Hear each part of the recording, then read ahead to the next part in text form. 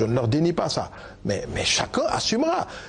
Ce régime qui a été celui du PDS a été le champion du monde de l'interdiction des manifestations ici. Ah oui. Mais bien sûr, vous le savez. Ils n'ont rien à dire. Ils sont mal placés aujourd'hui pour rouspéter. Moi, je pense qu'ils sont à l'Assemblée nationale, qu'ils s'opposent. Ils ont une visibilité dans la presse, qu'ils l'utilisent. N'est-ce pas? Je pense que ce n'est pas indiqué, c'est mon point de vue, ce n'est pas indiqué d'attendre que le Sénégal reçoive le monde, n'est-ce pas, pour faire des choses comme ça. Maintenant, chacun prend ses responsabilités aussi. Personnellement, j'aurais été le gouverneur, je ne bouge pas d'un iota. Mais dans ce cas aussi, on allait crier peut-être à une restriction des libertés ou à un pouvoir qui peut-être revient sur des acquis. Parce que bon, vous savez, le principe, c'est quand même l'autorisation, l'interdiction. Oui, mais eux, je viens de dire que eux l'ont toujours fait, oui. N'est-ce pas? Ils peuvent aboyer comme ils veulent, mais ils ont été les champions du monde de cette affaire-là, de ces interdictions-là, des emprisonnements et tout, et justifié, n'est-ce pas? De non-respect de la démocratie. C'est leur régime qui l'a fait, avec leurs ministres de l'Intérieur qui se sont succédés, n'est-ce pas? Donc ils sont mal placés pour dire quoi que ce soit. Maintenant, ils peuvent crier, ils peuvent aboyer partout, comme disait, chanter d'ailleurs Alpha Blondy. Les chiens aboient, la caravane passe. Mais d'un point de vue politique quand même, monsieur le ministre, qu'est-ce que ça change? Est-ce que ça peut pas donner l'impression d'un pouvoir peut-être qui aurait... Parce que c'est la lecture qu'en fait certains, hein, qu'en font certains plutôt. Ils ont le droit de lire tout ce qu'ils veulent. Chacun peut lire même à travers les lignes, faire ce qu'il veut. Donner l'impression d'avoir peur, alors que il n'y a pas de quoi. Non, sincèrement, là, je crois qu'on exagère. Il y a surtout parce qu'il n'y a pas de quoi, mais l'ordre public doit être maintenu. On ne va pas attendre que des étrangers viennent pour qu'on laisse les gens brailler, faire ce qu'ils veulent. Non, moi je dis qu'ils auraient dû faire ça il y a 15 jours. Ils peuvent prévoir de faire ça dans la première semaine de décembre, etc. Bon, maintenant, s'ils ne veulent pas, mais qu'ils y aillent, c'est leur droit aussi. Mais le gouverneur... ainsi que les préfets de la région ont le droit et le devoir de maintenir l'ordre public. Que pensez-vous de cette autre lecture faisant un parallèle entre une sortie honorable du président Abdou Diouf, méritée bien sûr, et entre guillemets une sorte d'humiliation pour son successeur, le président Wade? Vous savez, le président Wade nous a formés nous tous. Ce qu'il vit aujourd'hui, il en est le fautif. C'est ça la vérité. Il en est le fautif. Chaque fois que quelqu'un a voulu émerger, n'est-ce pas, je sais pas, il est peut-être habité par une jalousie que je ne comprends pas, il a coupé les têtes. C'est ça la vérité. Ce qu'il y a, c'est qu'il a tenté de faire le mandat de trop. Un peu comme le président Compaoré a fait le mandat de trop. Peut-être qu'on en parlera tout à l'heure. Oui. Il a tenté de faire le mandat de trop. C'est ici, sur votre plateau, mais je crois même que c'était avec vous, oui, que moi-même, j'ai défendu que juridiquement, il avait le droit de se présenter. Et je le maintiens. C'est ça. Entre parenthèses, à la fin, vous ne montriez que la partie où je dis que juridiquement, il a le droit de se présenter, mais vous ne montrez pas le reste. Mais il avait le droit de se présenter. Juridiquement.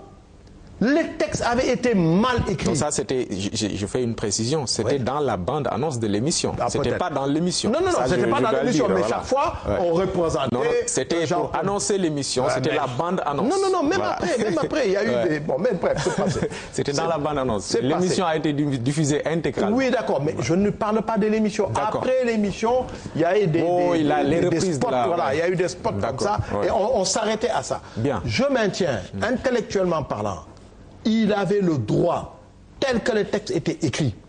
Ceux qui ont écrit les textes l'avaient mal écrit.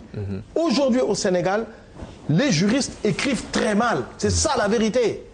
Et c'est pourquoi je dis que parfois, il faut qu'ils écrivent, qu'ils appellent les professeurs de français et qu'ils leur disent, voici ce qu'on comprend, est-ce que c'est bien écrit comme ça? Ils écrivent très mal. Voilà. Et tel que c'était écrit, Abdoulaye Wade avait le droit d'être candidat. Mais j'ai toujours dit que du point de vue de la sagesse, du point de vue du pragmatisme, du point de vue du ressenti populaire, il ne devait pas le faire. Il serait sorti grand.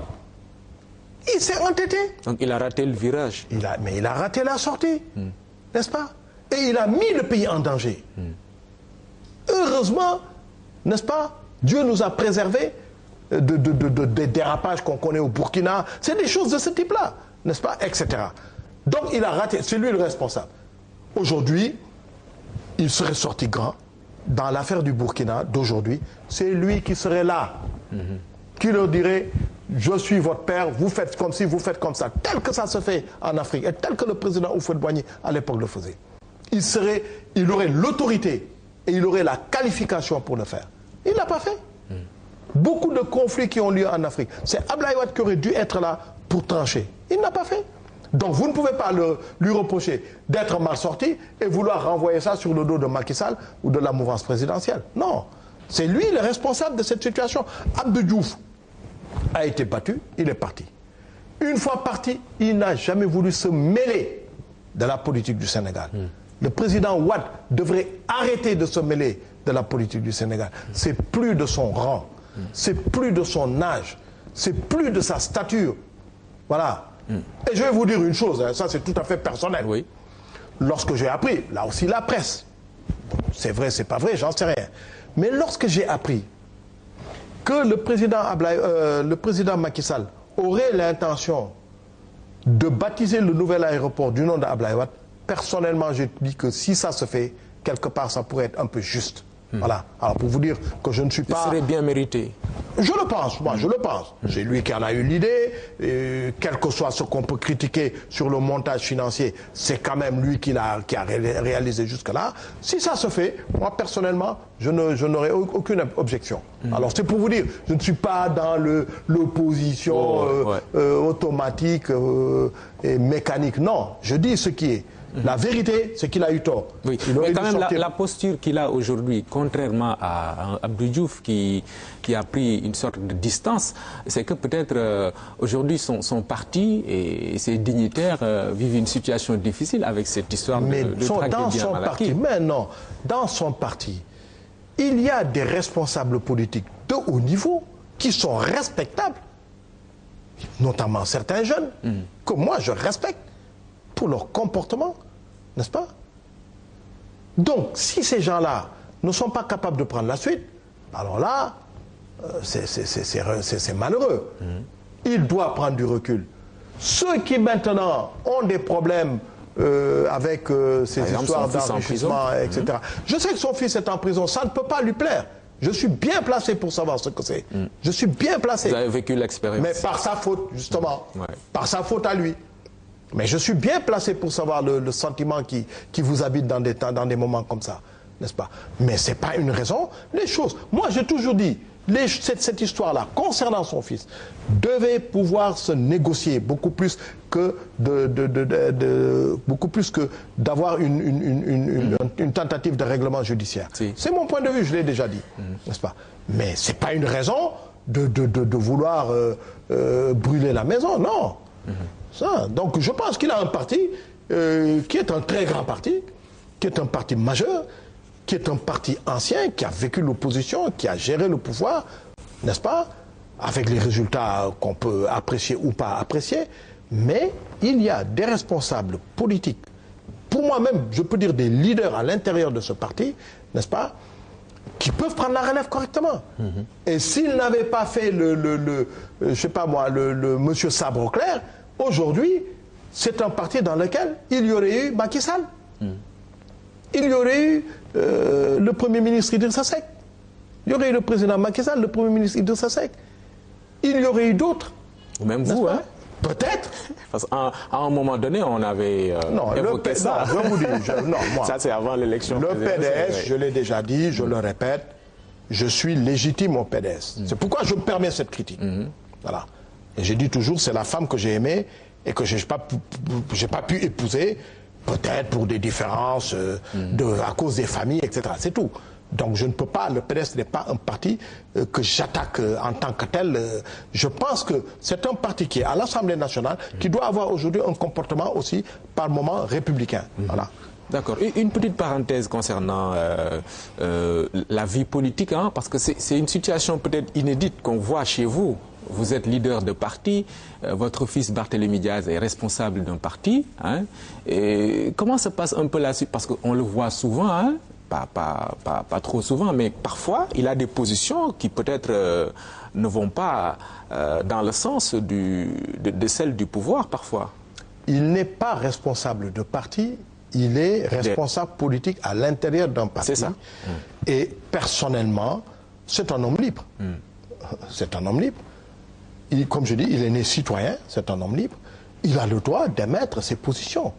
Voilà. À partir du moment où on ne peut pas dialoguer avec lui, il émet ses positions. Et là aussi, il n'a jamais, contrairement à ce qu'on a été raconté plusieurs fois mensongèrement, il n'a jamais attaqué le président de la République. Il ne l'attaque pas, on le met dans l'oreille du président. Il ne l'attaque pas, mais il a le droit de critiquer. Il défend des positions qui parfois ne sont pas celles du président et de son parti. Il défend des positions de principe. Oui. Non, je sais d'où ça vient. Quand il dit par exemple qu'il faut que son parti ait un candidat, il a raison. Il a raison.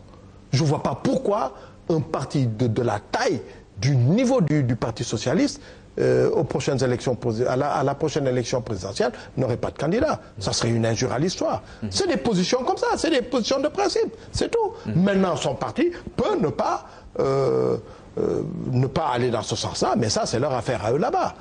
Non, les gens ont des positions de principe, les gens sont d'accord, sont pas d'accord, etc. Voilà. Quelqu'un qui suit un peu la vie politique dans la famille Diaz peut se demander mais pourquoi il ne s'est pas intéressé au BCG pour peut-être prendre après la relève comme justement parce que nous ne sommes pas des monarchistes, voilà, c'est tout.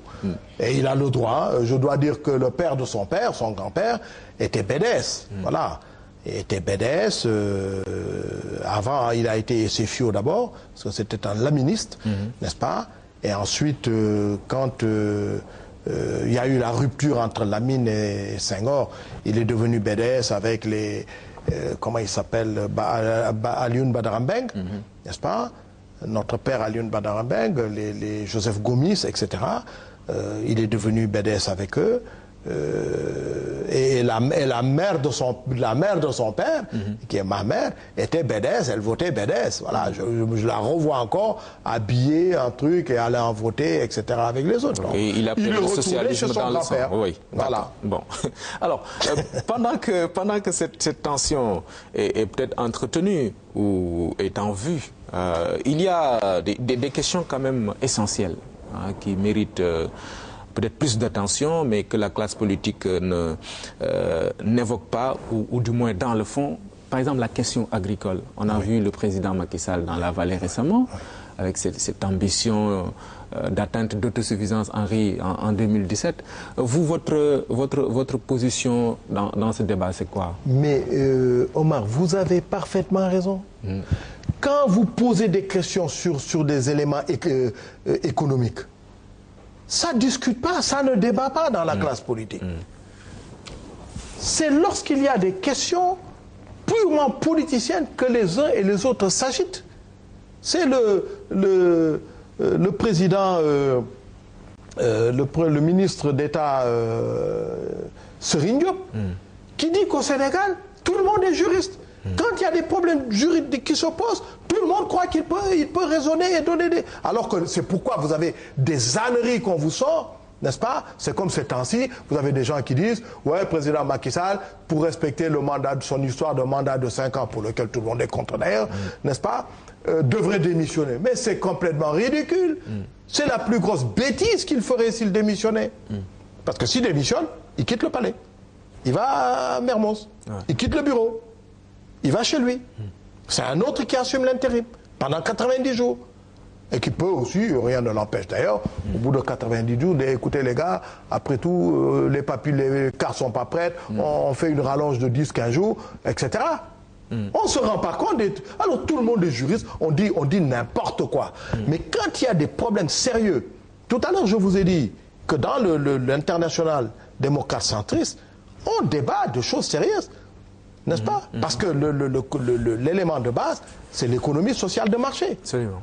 Aujourd'hui que le monde développé connaît des crises, on se rend compte que les gouvernements ne peuvent pas passer leur temps, n'est-ce pas, à être spectateurs, ils sont parfois obligés d'intervenir, etc. Donc, cette affaire de l'agriculture, le Sénégal est un pays qui peuvent faire de l'agriculture s'ils maîtrisent l'eau. C'est tout à fait possible. Israël est plus sec que le Sénégal, n'est-ce pas? Je viens du Cap-Vert. Mais il faut voir